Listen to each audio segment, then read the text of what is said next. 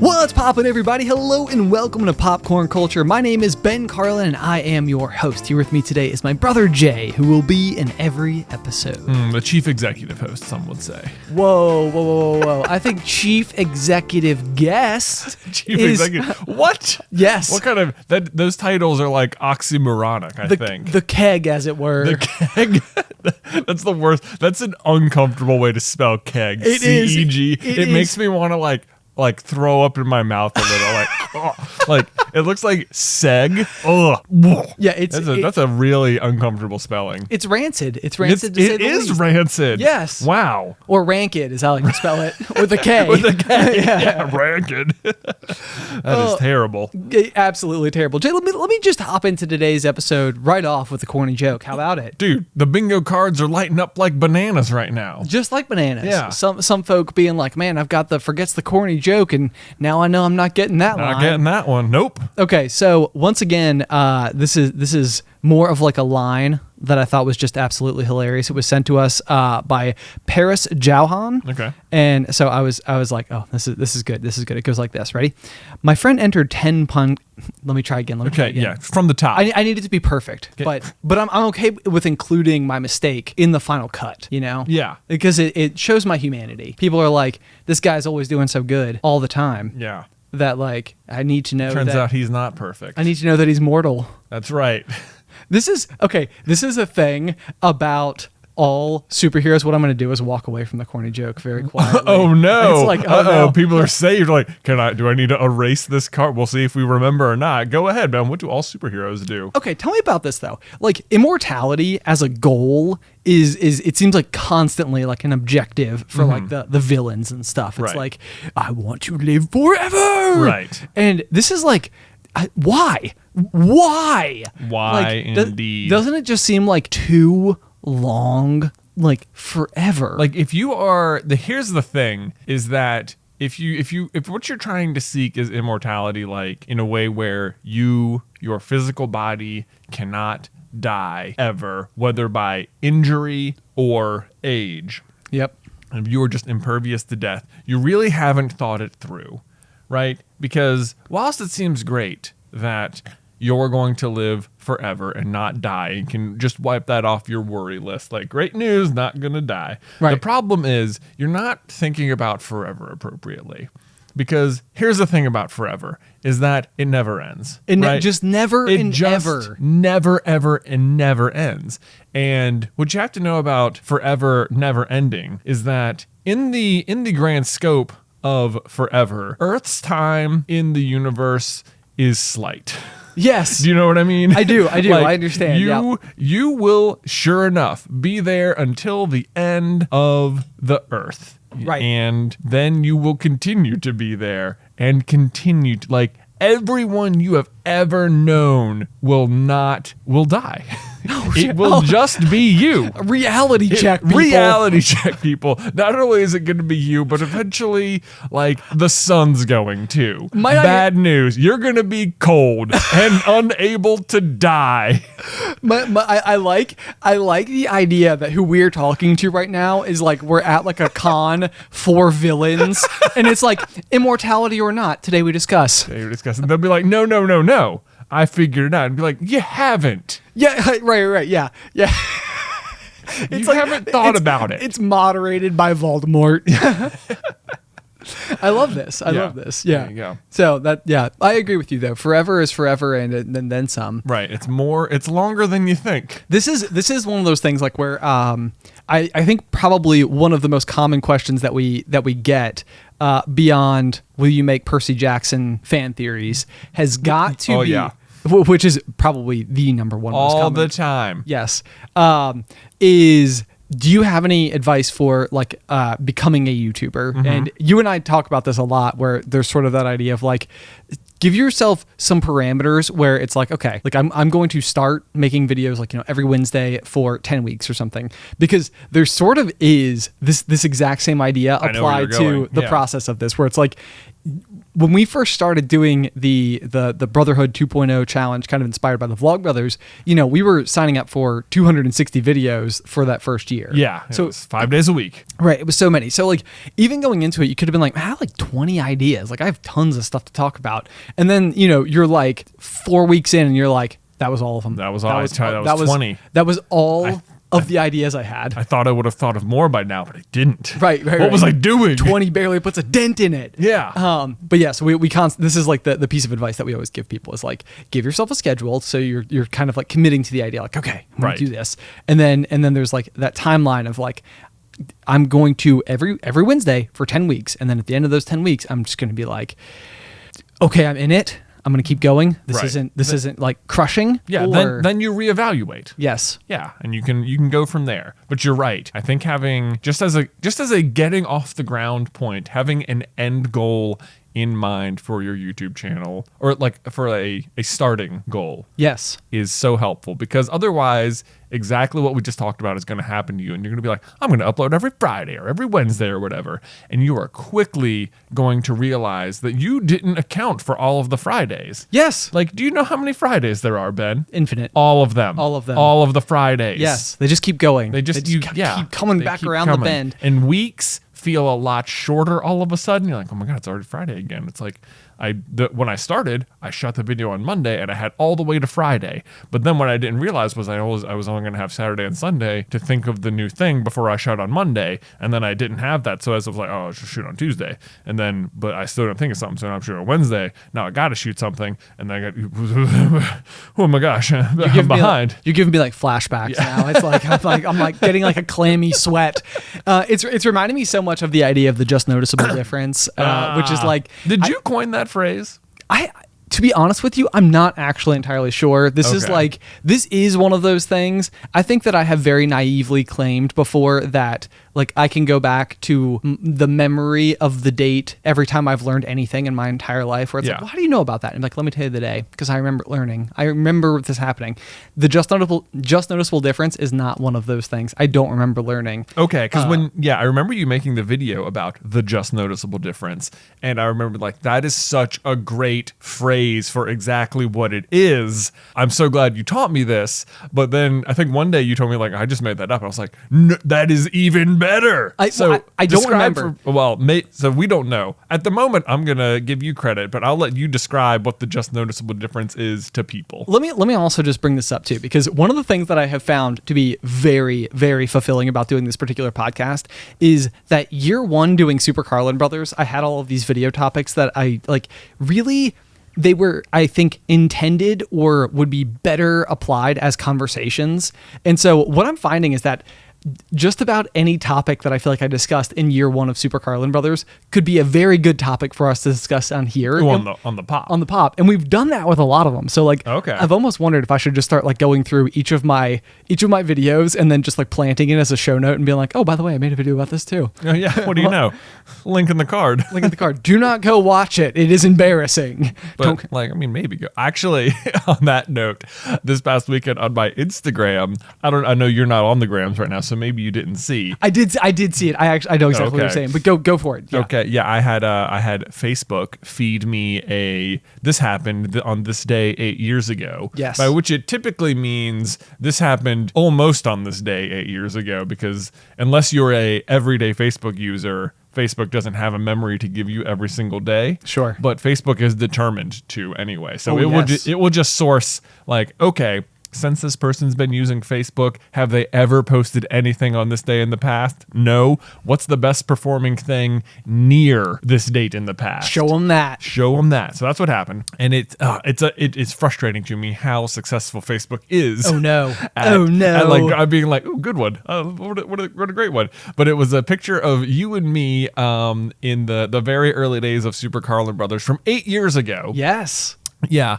And we were holding up one of the very first pieces of like viewer mail we ever got to the P.O. box. Yep. And it was this like duct tape painting art thing. It was from the old SCB logo, the original logo. Which was like kind of like an 8-bit inspired. Yeah, it was 8-bit inspired. Poorly done. I literally, the way I did it was I took pictures of us and then I laid graph paper over it and then just like traced it on graph paper. That's how you did that? That's how I did it. And then I scanned that into Photoshop and filled it in with stuff. And that's how I did it. I had absolutely no idea. That's why it looks hand drawn and crummy because it was. What I remember about doing that and preparing for it was that you and I were like, we were trying to take a picture of my face to be like the other half of it. And it was like at the point in time, I didn't have like a beard. I don't wear glasses. And so there was like, I was just like a guy, you know, it was like, there was like absolutely no defining characteristic. And then of course your half was going to have like your glasses and then, like, you kind of like the hair and stuff going on too. So it was like, we was like, should we just put like, I didn't wear like sunglasses in any videos, but in that early graphic, I'm wearing sunglasses. You're wearing sunglasses. Yeah. It's like, or an eye patch, depending.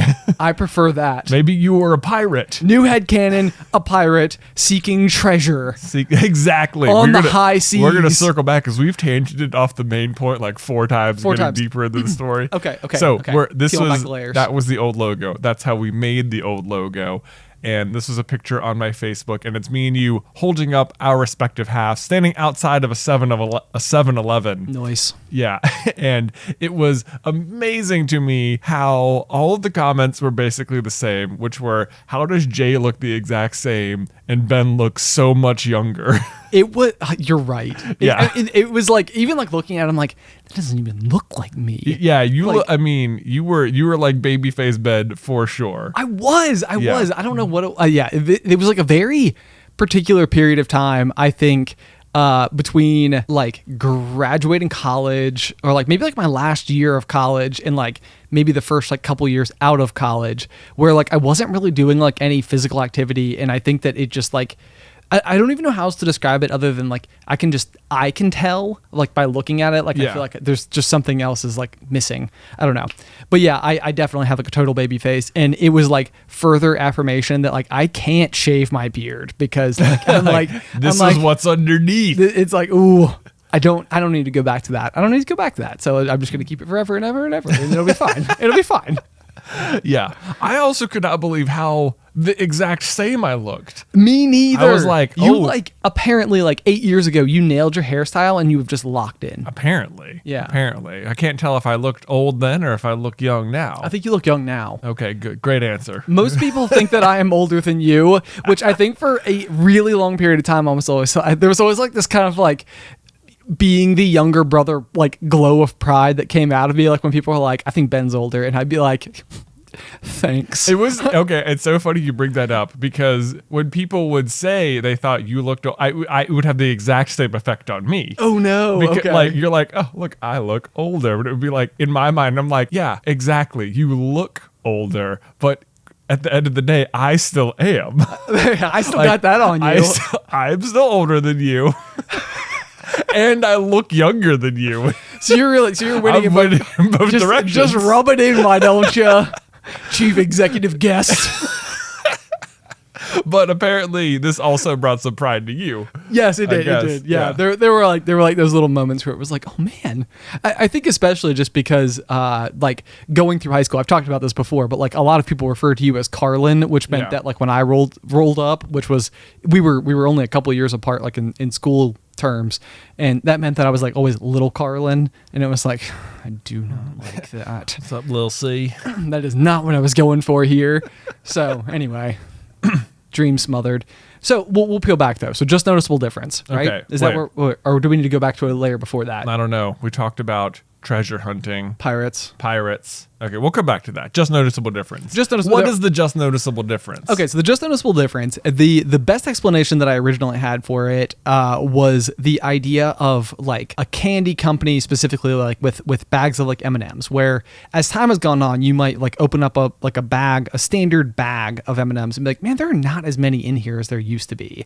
And the idea was that like as the M&M company was like progressing further and further as like a way to increase margins, the idea was was like, okay, so like maybe on average each bag has, 40 M&Ms in it. And the idea that sounds so high. Does it? I don't know. Okay, let's place guess. I'm going to go with 40. I'm sticking Are with you that. talking about a brown bag? No, I was thinking like a yellow. For some reason, I was imagining peanut M&Ms because they are the Because they're the superior, best M&M of them all. I think that there are 40 M&Ms inside of a standard yellow bag. I think it's closer to like 20. 20? Wow. Yeah. So few. So few. Okay, well we will get a bag and count. Okay. And see. So we'll circle back to that. If you guys also have guesses, just let us know, anywhere that you feel like.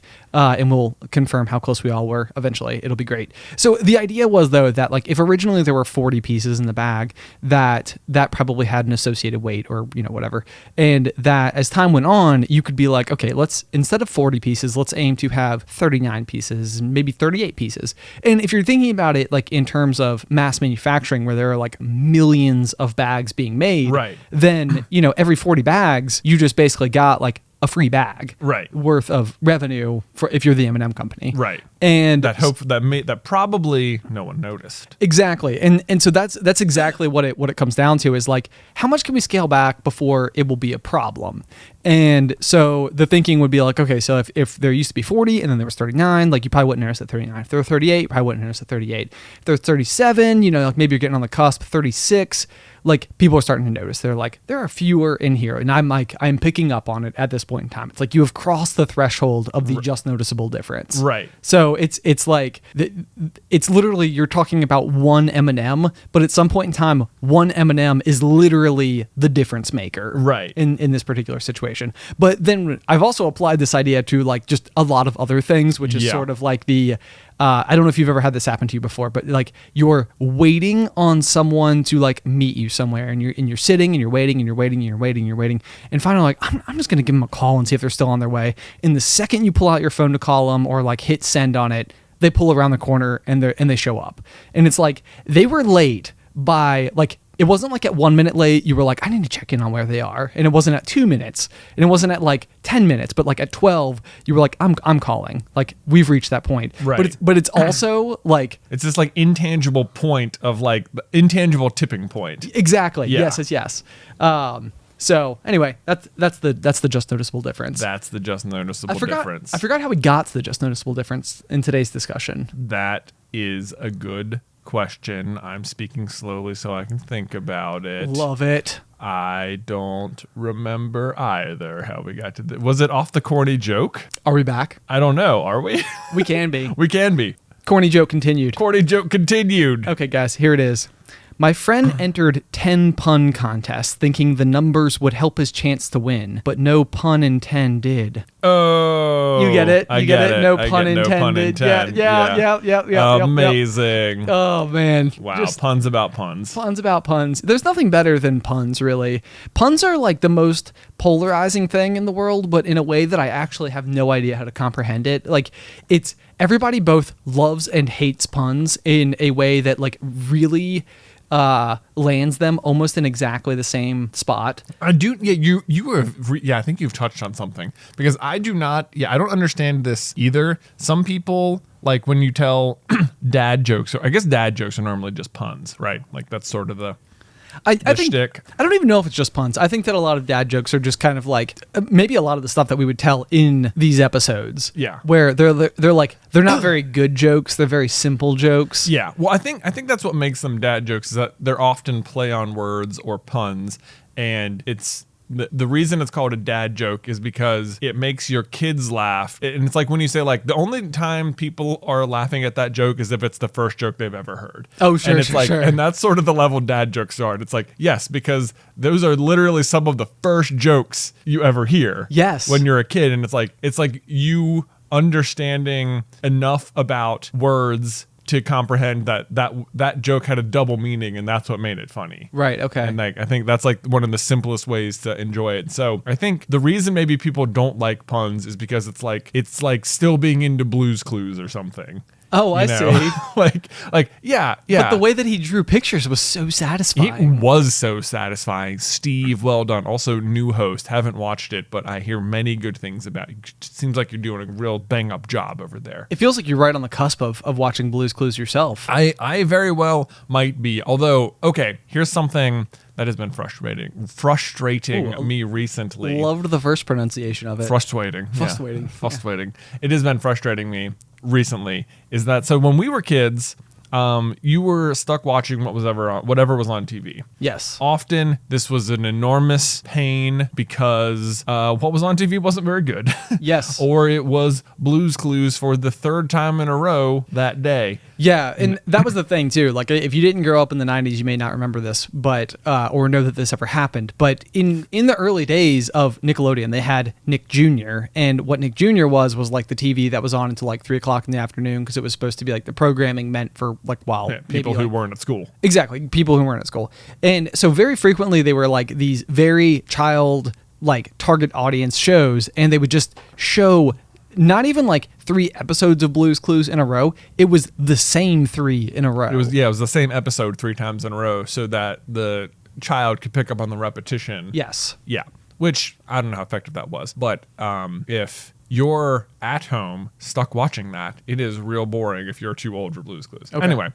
Or else maybe you just don't like whatever the show is for your limited child programming. Well, enter the age of streaming. Okay. Then absolutely, this is no longer a problem. No. Because guess what? Child can just pick whatever they want. Don't like it? Next. Don't like it? No, like there's no like, I don't like this, so I won't watch TV, or I don't like this, but I'll watch it anyway, because otherwise I'm not watching TV, and that's what I want to be doing. This is such a back in my day. It is such a back in my day, and I feel so old saying it, but it is so frustrating that you can't just be like, I wish I could just turn on Nickelodeon or like the Disney Channel and be like, here you go, watch whatever's on. Sure. But can't really do that. Like at this, like Luke is at a point where if he's not interested in what he's watching, he can like ask you to change it. And it's not like you just change it, to the other kids station. You just have, he knows you can go out to the menu and that there are 5,000 thumbnails he can look at and choose. Okay. This is not a power we had as kids to choose from a library of stuff. Like the internet wasn't available to 5-year-old you to choose television. Whatever you wanted to watch. But Yeah. I feel like our parents probably saw us watching Blue's Clues and they're like, well, when we were kids, we didn't have entertaining stuff like this to watch. Yeah. Hard stop. Like, let alone having like your own option of it. So like, Yeah. I would be very curious to see, like, generationally speaking, what each of those things would be. Yeah. Like, we should just go and like talk to like every member of our family and ask them what they did when they were kids. Yes, that would be interesting. But so I guess the problem here that I run into is like, I don't really mind. Like, it's convenient for sure to be able to like let him experiment with tons of different stuff to find stuff he actually likes. Like, Sure. That's a plus. But on the flip side, if he gets momentarily bored with something, it's like, you can just abandon it. No problem. And the other thing is, there is a ton of programming out there that is just clearly mass produced so that it's something that might draw a kid in like Amazon Prime in particular, like Prime Video. Yes. Has this. There are just so many like included free with Prime, and it's like, I can tell why some of these are free because they're being produced, I think, by Amazon, or I don't know. That's what it looks like. Okay. But they are just terrible and they are just boring. And it's just like, I can't even describe it. It's just like a dinosaur, like counting stuff, or it's very low budget. And it's like, I hate this. And it's like, I don't care if you want to choose to watch stuff, but if you could watch things that were good. I can tell you 100% that Dad hated, like, when we were watching like SpongeBob as a kid. Like he found it to not be funny in any way, shape, or form. Look, the fact that Dad has no sense of humor about SpongeBob, which is a fantastic show. Listen, I Jay, wish Luke would watch SpongeBob. Jay, listen, it sounds to me like you're just not understanding the true art form that is opening individual eggs and seeing what's inside for hours on end. That sounds like you're talking about like YouTube. It is like YouTube. That's the more yes. the YouTube side of it's interesting. We've dipped into the YouTube side of like kids programming some, where it's Yes. like kids playing with toys and stuff, and there are varying levels of execution on it, where sometimes I'm like, these people are just showing, like, it sounds weird. The ones I like the most are when the adults are just using the toys in the way that a kid would. Okay. Like, there's not, I don't know. I don't like watching just another kid play with a toy, but I'm not saying like the adult is in the video. It's more like you can just see their hands doing it, and they're just sort of playing out scenes with like big toy sets. I see. And it's sort of like showing the kid how to play with the toy. Like what level, how far can you take this imagination? If you were really going to like pull it. Yeah. And they'll like mix and match stuff, and it's like well done. Okay. And that's good. But sometimes it's like, you know, parents like playing with their kids and stuff, and that's good too. But there are some where you're like, I don't know about this. This just seems like, I don't know about this. Okay. But, Jay, well, I have a question for you because you have a note here in the show notes for today. Oh, okay. And yeah. I don't know if this is related to what we're already talking about or not. Maybe it has something to do with Luke. Maybe I'm just taking a shot in the dark here. The exact sentence you wrote was, I don't know what to do with this seashell I have. And like when I saw it, I was like, we were writing our notes for the show, and I was like, I read it out loud, and you just started laughing, and I was like, don't say anything. I don't want to know a single detail about this particular story, but like, tell me everything there is to know about the dilemma you're having with your seashell. Seashell. Okay, so there's this seashell I have, and I don't know what to do with it. So far, with you one hundo. You on board, and. So I was this past weekend. I was trying to think. I picked it up for about the 50th time, and I was like, I don't know what to do with this thing. And I was like, should I put this in the show notes for popcorn culture? And I was like, I don't know. It seems such a small dilemma, and then I was like, I thought about it as I was doing the notes. I was like, I'm putting it in here. We'll just see where it goes. Anyway, so. We have this seashell. It's a conch shell. Okay. And you don't know what to do with it. It's a conch shell. I don't know what to do with it. The people at home are like, get to it. Like, we get it. You're unsure. So, but if you are at the beach, and you are out walking along the beach, you may as well have found buried treasure if you find a full intact conch shell, right? Yes. Yeah. It is. Yes. Yeah. That is. There's nothing greater that can happen at the beach. Yeah, there is. It is like winning the lottery. Not only has this shell survived the waves crashing it into the beach, but you were then also the first person to find it. Yes. Because there's no chance anyone walks past a conch shell and doesn't pick it up for themselves. They're not like, that's nice, and you take it. In the history of humans, there has never been a single instance where one of us has seen a conch shell and not taken it with them. It's sort of a weird thing about like that in itself, I think is pretty unique. Like there's not other things where you're just walking around and you can just be like, this is mine now. Right. And like you want it. It's true. Like even if you see like really beautiful like wildflowers or something, well, I mean, typically there's a sign that specifically says don't take these, but also I don't even feel like I've had the impulse to. Maybe those signs are just super effective. But like, I never see like a really beautiful flower out in nature and be like, I'm going to has me that. Yeah, right? But seashells are like this like free, cool thing you can just take. This is just mine now. Right. This is mine. This is mine. I have it. I has it. The ocean chose me. The ocean chose me. I will have this conch shell. I will bring it back, and it will. And the thing is, I find myself to be extremely particular about it. Like, if I found a conch shell on the beach that was like 98% perfect, I would be like, garbage. Not good enough. Like like that's the thing. You pick it up and it's like, this is so good. Oh, it's missing a big chunk right here. Forget it. I don't even want it. It's not even worth bringing it home and wondering what to do with it. Exactly. So anyway, we have a conch shell though at the house, which was found. It's pretty great. It's like 100%, I would say, worth keeping. Okay. From the beach. This is excellent. Here's the flip side about seashells is all of the glory of finding it exists only while you're at the beach. True. Once you come home, what do you do with that seashell? You don't like. We're gonna put it on display. You just look what I found. You didn't take it. It doesn't take a skill to find it. And I will tell you that maybe you do. Maybe you put your seashells on display, and that's totally fine. Good for you. This is not a for display seashell. Like this was a seashell that we found and we gave to Luke. It's a toy, basically, is what it is. Yes. Okay. Right. Yeah. Which, if you think about, conch shells are only so-so toys because basically they're just big spiky rocks. Semi-fragile big spiky rocks. Exactly. Like Yeah. I know they're not rocks. That calm down comments.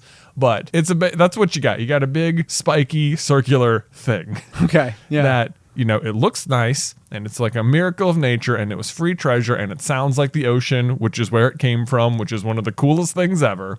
But it is also this like pointy thing, and it is effectively a toy. Like, we don't have a place to put it on display. I'm not trying to display it. It's just, it goes in the toy box, and every now and then it'll fall out and it'll be on the ground. And now I'm like, it's not like, Luke doesn't really play with it. It's just this hard, spiky thing that's in the toy box now. And I'm like, it is threatening to break at all times. And I'm like, should I just throw it out? But then I'm also like, but the ocean chose me. It did. It did. The ocean did choose you. What do I do with the seashell? I think you return the heart of Te Fiti is what you do. You want me to bring the seashell with me to the beach? To the beach. Yes. Okay, I need to ask you. You're giving me a chore? Okay, so as you back out and start to like look at this, there is the question to examine to me is like, what is it about the fact that we're all drawn to these things? And you're absolutely right. Like, if you find one, it is like you can't wait to get back and show people. You're absolutely keeping it. You're definitely bringing it home. But there is always that grand conclusion of, but there is nothing that I can do with it. And if you go to the beach like annually, there's also sort of like this thing where over time you have probably been chosen by the ocean more than once. Possibly. So like at some point in time, it's almost even like we're starting to have too many of these. Got too many. I got this whole collection of. Like, I understand I'm incredibly special to the planet, but like, come on, guys. Come on, ocean. Right. So what is happening in our brains that we see it, we have to have it, and then have absolutely nothing to do with it? I don't know. Has this always been the case, do you think? Like, do you think that forever people have picked up seashells, or do you think at some point in time they were like, those are just there? They're only useful to us if the conch is still alive inside of it, so that we can make conch fritters. Conch fritters? That's the thing. I think when I found out that snails lived inside of, snails lived inside of conchs, Yeah. my mind was kind of blown a little bit, because for such a beautiful thing to have been made by a snail, I'm like, what? It's like, that doesn't seem right. I guess, even if you pick up like a land snail, I guess it's got like a pretty cool spiral Fibonacci sequence shell going on there. Look at you dropping terms. Yeah, look at that. I know about things. You do. Golden ratio. Of course. Woo. Well done. Well done. Anyway, I don't know. So that's our question. We'll just have to put it out into the universe. What do you do with your seashells? What should I do? Should I throw the seashell away? I don't think you should throw it away. Throw it away. Okay. It feels like that's not the answer, and I feel pretty confident in the fact that that's not the answer. Right, okay. So that's good to know. Moving on from there, the other possible option would just be that you get a very large aquarium and put it inside of the aquarium. That seems like another chore. The ocean chose you. To do the chore. Every single time. Why don't you put it back in water? Because that's where it's supposed to go.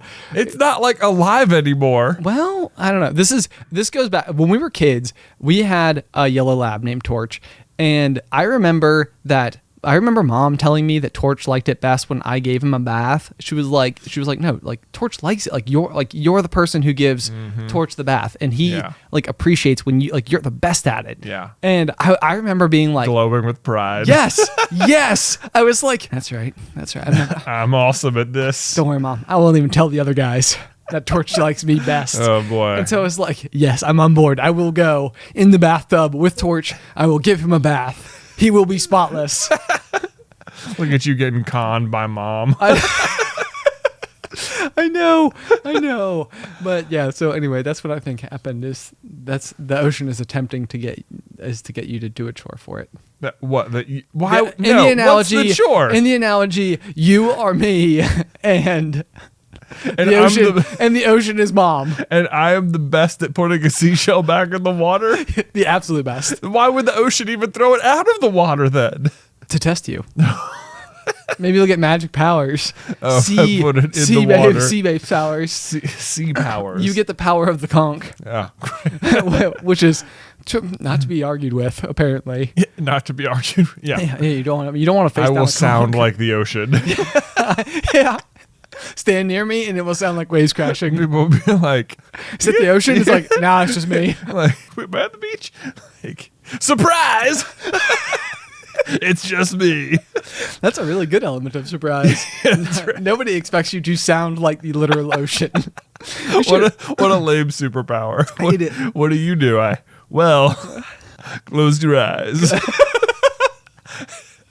Where does it sound like you are? This is so remarkably useless. Oh my god. Okay, we have to get away from this conversation because we will live here forever. Okay, chores. We were talking about chores. This feels like tangent territory. Go for it. Okay, so there is a chore that I've even talked about on the pop hundreds of times, that I've always loved doing, which is like taking care of my yard, right? Yeah. And like it has always been one of those things where it would never have been on my radar to like hire. Are you still laughing? Are we still? I'm still. I'm trying to get your advice over here. It's such a dumb power. Oh my god. My cheeks hurt. Okay. All right. You have literal tears. I do. If you can watch, I have tears in my eyes. I'm laughing about the conch. Okay, go ahead. I'm fine. It doesn't feel like it. Okay, we're good. Are we back? Yeah. Okay. So.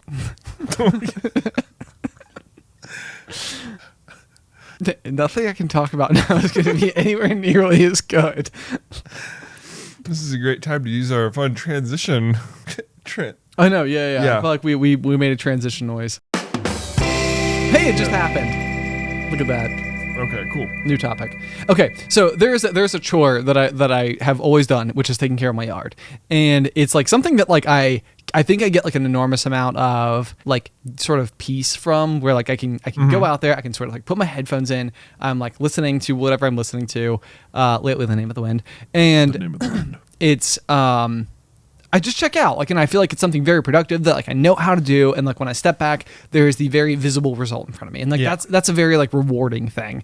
But this year I had a fence put in because I like live on like a corner, which means I don't have a backyard, which means if the dogs are outside, they had to be like on leash. So I solved that by installing a fence around the entire perimeter of my home. Okay. So the problem is now that the grass grows underneath the fence, and it is this like thing that I'm like, I need it to be someone else's problem to figure out how to cut around this fence. Because what do you mean it grows underneath the fence? okay, so like the fence goes across like the yard. It's in the grass, right? Yeah. And underneath the fence is like grass itself, Yeah. which means that like I can take like my weed eater along the line and like, you know, cut most of it, but like directly underneath the fence itself, there's still grass that like I can't get to, and it is like very visibly like not cut. Like being smushed by the fence? It's not really being smushed, it's just growing around it. So it's just like And you can't get it with the weed eater? not really, no. Interesting.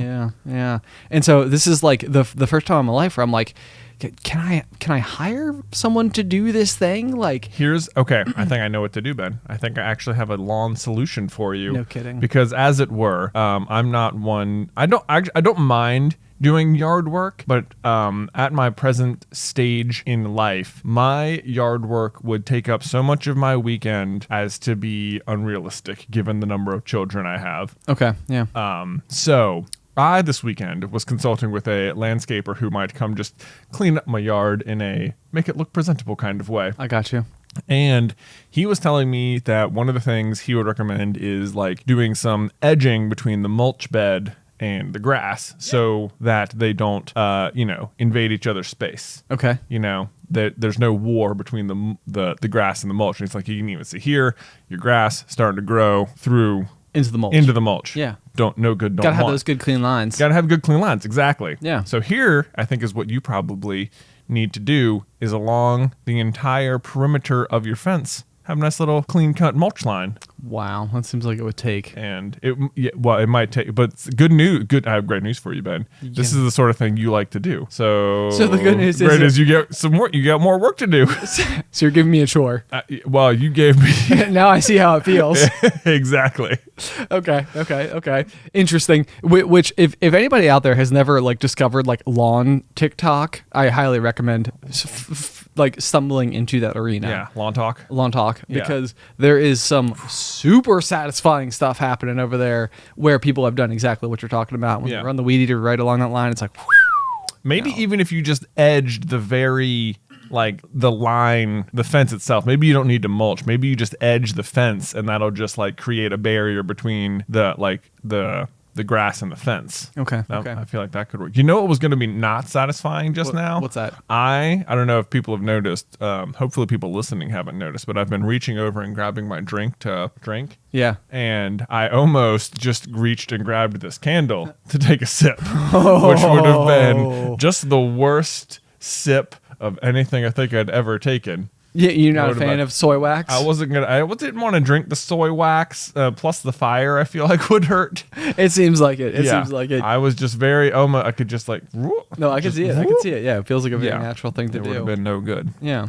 You got to be careful about where you keep candles relative to where you keep drinks. Yeah, you don't want to sip your candle. This is a known problem when it comes to candles. Right. Although I will say what you do want to do with this candle is head over to carlinbrotherscoffee.com and scope them out, because these are our brand new labeled candles. This one's called Broomstick Candle, and it smells amazing. It does actually smell amazing. It's by far and away my favorite scent. We have all three, but this was we have fancy new redesigned candle labels with like everything that I've done recently with like a foil sort of that foil. The foil effect. Yeah. So all of the logos themselves. Do you like my segue into candles? I thought it was really good. Really good. I think that people were like, "Man, you guys are talking about lawns for way too long," and then they were like, "Oh, thank goodness we're back on candles. This is good. This is known territory." Right. Yeah. Yeah. I feel there was the conch talk, the lawn talk. The conch talk was solid, Ben. Okay. Good quality, top tier. That's good podcasting. There you go. Yep. So if you guys want to check these out, they're now available. We will actually, as of today, is the first day that these new candles. Yeah, new relaunching the candles with the shiny new labels on them. They're super. Also, if you don't know about the candles, we have 3 flavors. We have Broomstick Candle, Phoenix Fire, and Lemon Sherbet, and they all have a surprise inside. They do. Yeah. They do. This was like, I remember when we were talking to like our people about this particular idea, and I was like, I want to put something inside of the candles so that like when it melts down, there's like a special surprise in there. And I think that they were all like, what? You want to put something in the candles? Put it in the candle. I want to put something in the candles. So there's a lot of like really, really cool charms in there to be found. And we also have like a collect 'em all sort of key ring that can go with it as well. All of that is available over at carlinbrotherscoffee.com. carlinbrotherscoffee.com. Get your candle. There's magical charms inside. Exactly. It's a hootin' and hollering good time. It makes a great gift. It does. Yes. Okay, Ben. Last week you revealed that you found a secret treasure key. Secret treasure key. A secret treasure key in your wall. In my wall. Okay, update me on your treasure hunting. Have you located the box it goes to or anything? No, not yet, unfortunately. This is, to be honest with you, it's like I'm so excited about it, and I genuinely don't really know where to start with it. It's like, I feel like there needs to be something done, right? You gotta, okay, so Ethan, the editor, bingo, suggested, or he seemed to think it must go to a piece of furniture. That does feel very likely. Yeah. Like that you would have like an armoire or something like that you conceivably could lock for some reason. I guess I'm not really totally sure why you would lock it. I don't know. My thought was some desks lock and a lot of trunks lock. Ooh, a trunk would be just as good. A trunk would be great because that's basically a treasure chest then. As far as I'm concerned, just in case anybody's keeping score at home, I would be just as fine with finding a hidden trunk as I would treasure chest. Well, I would just say it's the exact same thing either way. Oh, sure. What is a chest but a trunk? That's a good point. Yeah, I don't know. Not for elephants, then very different parts of the body, but... Hey-o. Oh, nailed it. That was a dad joke. Nice. Anyway. Nice. Yeah. Okay, so here, though, upon further examination of your key, it did not look like it was some specifically fancy, like Swedish, sweet, what word am I thinking? Swiss bank account lockbox sort of key. Oh, okay. It looked like it came with what if it's still a piece of furniture. I bet that furniture was I don't want to say like mass produced, but produced more than one of. I bet the key could have opened many things. Oh yes, I You know what I mean? based on the teeth of the key, which seem not quite specific enough to really truly be something like remarkable. Right. Yeah, so I do agree with that, and it's a question I've had about most skeleton keys for most of my life because I've spent a lot of time dwelling on this particular topic. Exactly. Which is that like most of them seem like they look at least reasonably similar. Yeah. It's like they got like the two teeth, and it's like okay, that's it. So it seems to me SpongeBob teeth. That's what I'm gonna call it. SpongeBob teeth, like the big space. Yeah, exactly. Yeah, the tooth gap. Right. Yeah.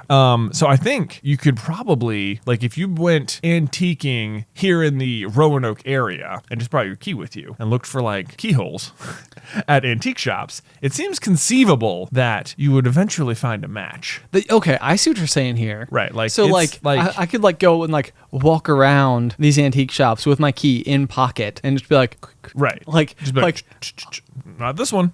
now this one, but I'm trying things. Yeah. A quest. A quest. So you're giving me a chore. No, Ben. A treasure hunt. Ooh. Yeah. That spin. Yeah.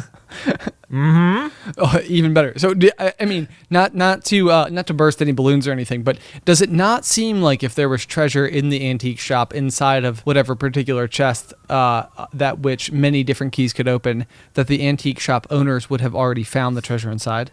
Well, it is likely they didn't just like put the loaded, locked chest out on the floor and Yes. say, well, take it or leave it. Who knows what's in here? They probably opened it.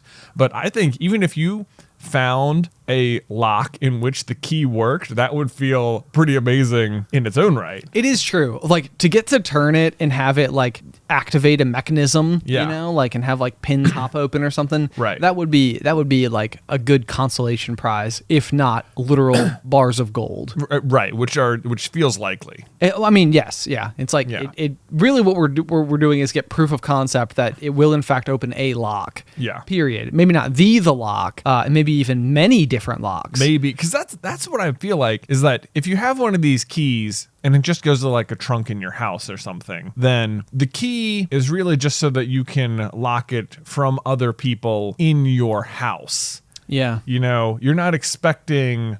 It's okay if there's a lot of versions of this key because it's unlikely people are walking around with the exact same chest. Well, so here's the question though: is that like I agree with you, but the question to me is why is it inside of the wall? Like, Right. This This is such a specific space for it to be that it feels like the furniture wouldn't have been inside of the house yet because the house would still be being built. Was it hanging on a wall when they found it? It was. It was hanging. It was hanging. Interesting. Yes. Okay. So like maybe this is a floorboard situation. Oh, maybe there's like a key floorboard. Yeah. Like there's. Are there any missing parts of your basement? I'll have to look. Which you need to look above. Right. Yes. That's probably the thing to do. If you find a keyhole in your house somewhere, my mind is going to be so blown. Jay, I will tell you that my mind will be blown. I will be like, it's going to be like the best thing that ever happened to me to you. yes, it's like there is no greater accomplishment. And this is like what I said before. I said it last week and I meant it. Like if I found an actual treasure chest, like my life would be complete. I would That's it. Like Santa doesn't even need to come anymore. I'm set.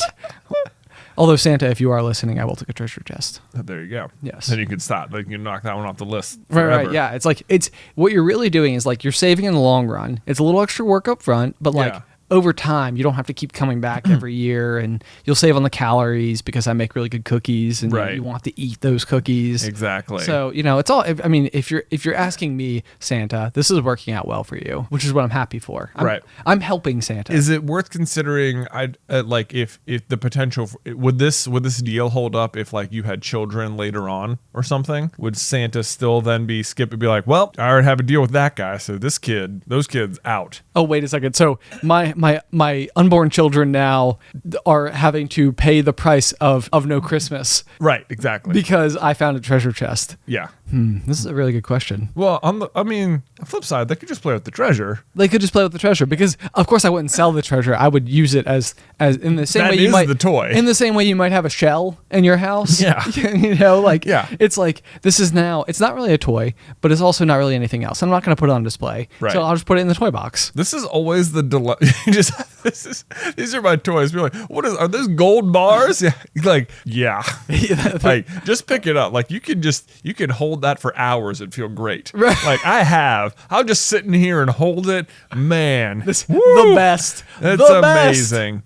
This is the problem I think so many people have with like trading cards, or I'll just say Pokemon cards. Okay. Since it's You're just gonna go out on a limb. I'm just gonna go out on a limb and say Pokemon cards is that there's always this talk of like you guys want to pull the rarest one, want to own the most valuable one, like because it feels good to have the valuable thing. Yeah. But then like, do you sell it? Would you rather like have your cake or eat it? You know. It really is the question. It is the isn't question. It? It's like yeah. Right. And I don't even know what the answer to this question is because so we just recently bought like 10 booster boxes that we unboxed over on our gaming channel one day. And that was like going through in the back of my mind the entire time. Like it's similar to buying like the scratcher lottery tickets. Yeah. You know, it's like if you were to go and buy $1,000 worth of scratcher lottery tickets, then you would have winning tickets. Like you probably even win like $50 on some tickets, $100 on some tickets. Right. But for the most part, you would win like $1 or $2. For the most part, you'd be earning $0. Exactly. And even if you would spend $1,000, the most likely scenario is that you will end up like returning like $600 because that is how the lottery works. So you would have winning tickets, which would be like individually exciting if you had just bought one for $1 and you got $50. But it doesn't really work in like a scalability thing, which as a kid, you never could have explained to me. That was something where I was like, it was the same thing as like how physics works, where I was like, why don't we just point fans at other fans that produce wind energy? You just get a circle of fans, perpetual motion. Like I think as like an 11-year-old, I was like, guys, I solved our energy crisis. Like this is fine.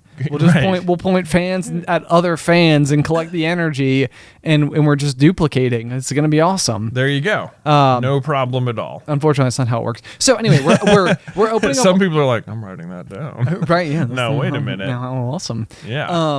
No. So as we're opening up all these Pokemon cards, though, I'm having like, and this is sort of like my business mind at work I'm like, okay, I know that we're finding some like particularly rare cards, but like the numbers were in our favor. Like we had 360 booster packs. Yeah. In one day, we bought more cards than our childhood, like an entire era of our childhood, we didn't buy so many cards. Right. And we did it in one day. Yeah. And so like, which for one was like mind boggling to me because it was like, this was a big thing for like, multiple birthdays and Christmas and stuff. Like that's like if our family members were asking like, what do you want? It was like Pokemon cards. And we, as individuals and maybe even as a family, never accumulated a total of 360 packs. I wouldn't say so. Yeah. I would say even me who competitively played like Yu-Gi-Oh cards. Yes. And like was at a level where I was like, winning some local card shop tournaments. Right. Did not own this many Yu-Gi-Oh cards. Yes, exactly. So all that to say though, that like, of course we were going to pull rare stuff in the same way that with the scratcher ticket analogy, you are going to have some where it's like, this was $100 ticket. Like this $1 ticket was worth $100. And it's like, wow, what good value. Except for the fact that in the scheme of things, you don't make the money back. So what I was so determined to do as we were like unboxing these things was like, man, what I really want is like to be able to start like an eBay store and like basically ultimately like make a profit on them. Right. But then like as I'm looking at all of them, and it's like, well, I wouldn't want to part with that one because it was particularly cool. We were really excited about this one. And like you might actually use that one in gameplay. And it was kind of like all of the things that were actually rare, worth anything. I was like, well, I don't want to like get rid of that. We have it. We have it. Why would we get rid of it? Right. Like a seashell. Right. Exactly. Everything is a seashell. When it really comes down to it, it is. Okay. I would say we also, as a matter of fact, I think we did pull the rarest card you could Look at us from go. the pack. Okay, which was what? Which was the Rapid Strike Urshifu VMAX alternate art secret. Okay. Yeah. Does this count as Jay gets too technical about Pokemon? I don't think so. I mean, this is what it's called. You're counting it? Okay. That one, at least I'm looking it up right now. I wasn't just like searching my phone while Ben was talking. Is it going on TCG Player for $145? Wowzers! Yeah. See what great value. What great value. Although, yeah, If you see, you're right. It'd be tremendous if you bought a single booster pack at the store for $4 and pulled that, and we're like, I'm just going to turn around and right, and, make an easy profit. and I think in that particular scenario, that's where like there could be an argument to be made where it's like, okay, I could go back and buy another, 25 packs or whatever with that money. So it would be worth just being like, boom, like I will sell this one in order to get more, which would mean I'll have more other cars that maybe aren't as good as this one, but there will be like better other ones, I guess. Right. Mm-hmm. And yeah, I don't know. It feels like a total conundrum to me. It does feel like a bit of a conundrum, which is how I was feeling. Segue. Wow. Here we go. Okay. When also related to Pokemon cards, there's this thing the online version of the game has been doing, Ben. Okay. Called the Players Cup. Wow. So they're coming up on Players Cup 4. Okay. Which Like the 4th annual. Nope. I don't think it's annual. I think it's like several times a year they're doing it. Okay. This is just the 4th one. And I think I would guess it's like as a result of COVID and like, oh, we can't have as many in-person tournaments. Let's just go straight online. And so people were asking me last week, I was streaming some Pokemon cards and they were like, are you going to play in the Players Cup? And I was like, I've heard those words. I've been around the game enough to okay, I've heard of the Players Cup. Okay. But even just the fact that it's like called that makes it sound like you have to be like invited. Do you like, how do you play? How do you do it? You beat your rival and the Elite Four. That's right. Yeah. And then you become the champion, except the next time you go talk to the Elite Four where someone else is still the champion. I don't know what's going on in those Pokemon games, Ben. We can come back to that. We can come I back have to that myself. Okay, we'll come back to that. But so this was my frustration is that figuring it out was not easy because I think I'm going to try and play in the Players Cup, Ben. Okay, you're going to do it. We're going to do it. I'll keep you posted as You're to my gonna progress. be the very best. That'd be really surprising. That no one ever was.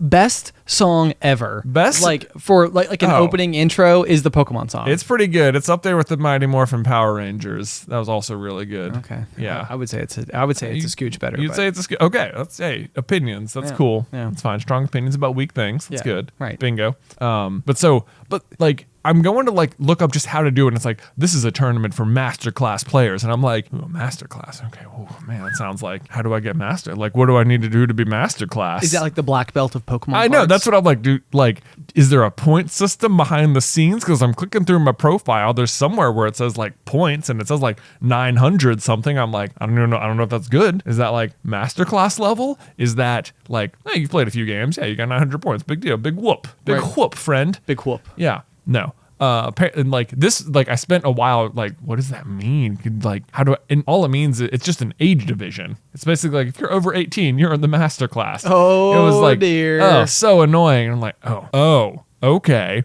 And then it's like a matter of connecting your like player's account with your, card game account, which seems like they should be connected to begin with. Feels that way. But you have to go like flip a bunch of switches on some like less unknown players club website. And even now, like, I don't understand why in the game there's not just like a sign up for the Players Club here. Right. Like, why isn't there a button in the game to sign up for it? So you signed up, but you're not sure if you signed up. Yes, exactly. Like, I want to play. It's free to enter, but there's not like, I just want like a button or like something where it's like, you're good.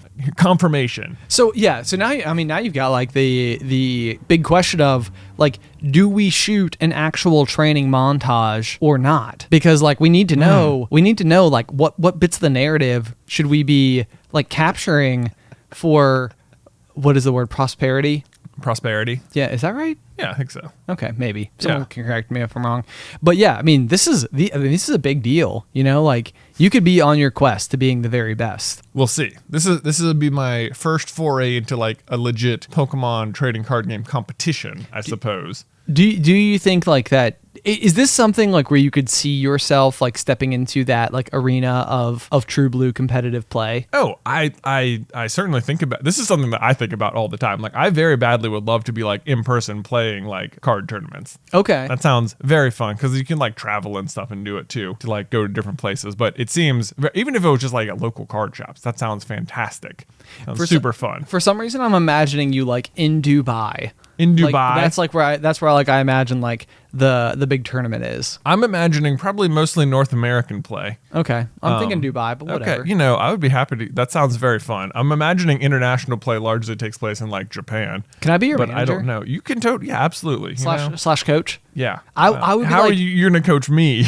Precisely. Okay. See, I will be like, this is just it's like one of my favorite shows of all time, Ted Lasso. It's like he doesn't know that much about the game of like, European football. Right. What he knows a lot about is like attitudes, positive attitudes. Right. And like how to harness that and use it to like become the very best that there ever was. Exactly. That no one ever was. I want to be the very best like no one ever was. Okay, got it. Yeah, right. Like no one ever was. So that's like what I'll do. I'll be like your hype man. Okay. Leader. Right. Your younger brother who looks older. That's right. Yeah. I'll It. be all of those things. We'll be all over it. We'll have a lucky seashell.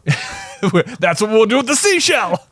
We figured it out. Yes. I'm gonna play cards later. I'm gonna put the seashell on the table, and I'm just gonna be like, "We got this. We got this. We got this." It's like a pet rock. It's like but a pet it's a rock. pet seashell. Yeah, but it's a good luck charm for Pokemon cards. Right. Yeah, because the ocean chose you. Yeah.